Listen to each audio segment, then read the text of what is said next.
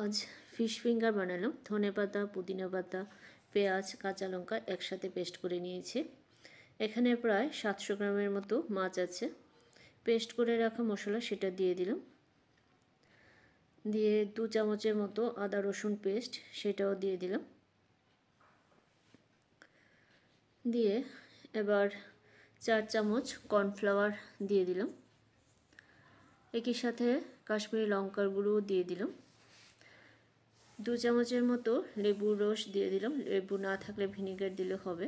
অর্ধেকটা ডিম দিয়েছি, পুরোটা ডিম দিইনি। দিয়ে আবার সব কিছুকে খুব ভালোভাবে মেখে নিয়েছি।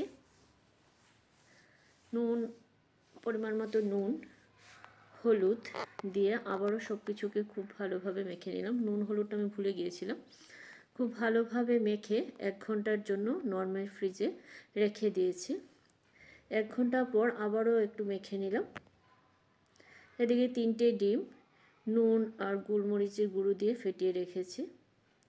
ব্রেড ক্রাম্বসের মধ্যে মেখে নিলাম। আমি সবগুলোকে ডাবল কোটিং দিয়েছি।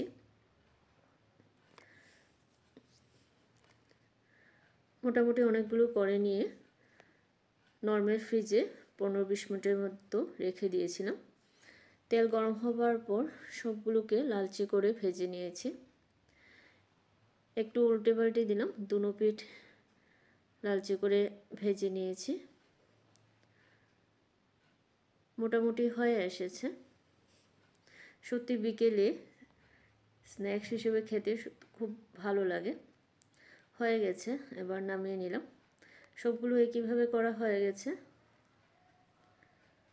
কেমন লাগলো জানাবেন।